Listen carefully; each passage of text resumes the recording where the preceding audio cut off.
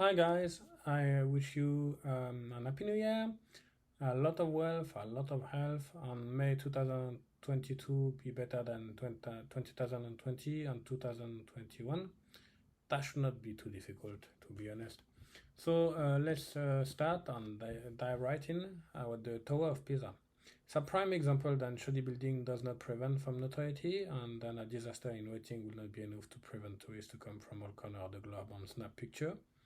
Let's start with the beginning on history. The Pisan, not to be confused with the Pisan, attacked and looted the city of Palermo on the island of Sicily in 1063. They were victorious and pillaged a lot of treasure, and before city were more like state and they were at war with each other. In order to exhibit a new bling to the world and highlight its importance as a city, Pisa decided to put together a site called the Field of Miracle. This was to include a bell tower, which is the Tower of Pisa, along with a baptistery, a cathedral, and a cemetery. This place is called in Italian Piazza dei Miracoli. Yeah, no, I need to take some Italian lesson about the pronunciation. The tower, which is actually a cathedral, since it has 7 bells, each representing the musical major scale, is quite old, as its construction go back all the way to 1173.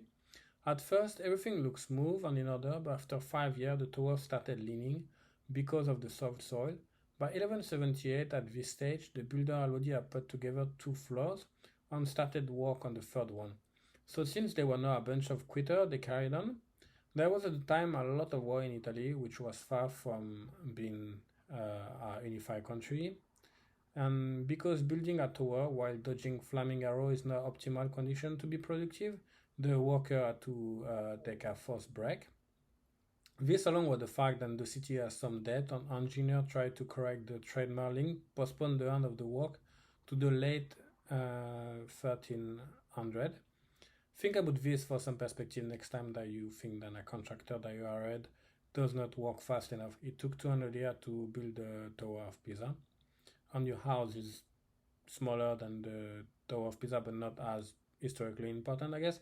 After 100 years, architect Giovanni di Simone tried to compensate for the lean by building the new floor, with one side taller than the other, but did not help and actually made the tower lean even more.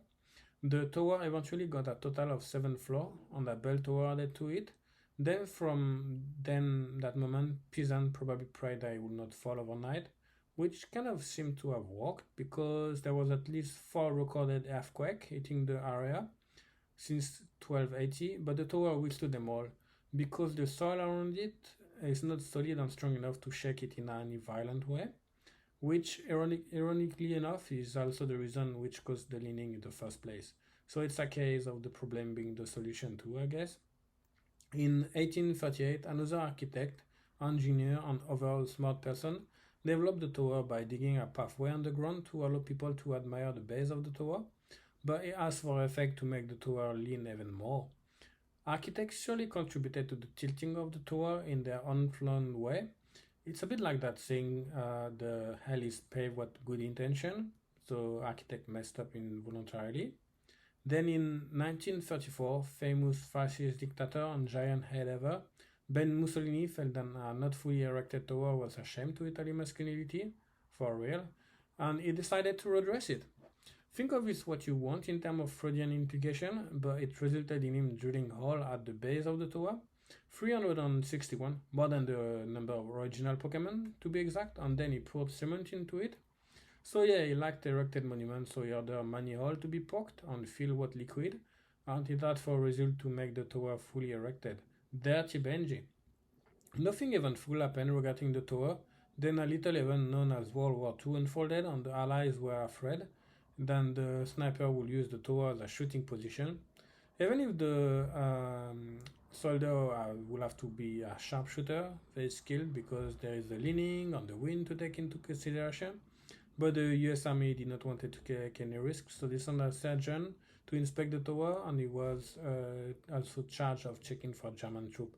But he was so struck by the sight beauty that he cancelled the artillery strike, and Italy kind of won America the tower still being around. In 1987, UNESCO declared Piazza del Duomo as a World Heritage Site, and then a tragic event, the collapse of the Civic Tower in Pavia, will lead the Italian government to close the tower to tourists. They were afraid that the same thing will happen in Pisa. They renovated it and removed the bell in order to make it less likely to collapse. In 2008, engineers declared that for the first time in its history, the tower stopped gradually tilting and is now expected to be more for 200 years, thus assuring that tourists will safely pretend to push it on their social media account. I always wondered, by the way, when such a picture was taken for the first time, and also if back in the days before photography, people requested to be sketched in such a position. Let me know what you think in the comment and subscribe for more silly historical video. Put thumbs up and thanks for checking it out. Also, I have a small update that I saw today on the news is that the Millennium Tower in San Francisco, it's kind of like a modern version of the Tower of Pisa, a skyscraper, is leaning the same way. And it will be more of a mess because there's a lot of house around it if it fall. So it kind of reminded me the movie San Andreas. I hope then The Rock is gonna be there to save everybody and he's a legend. So thanks for checking in, guys. Take care and subscribe if you can. Bye.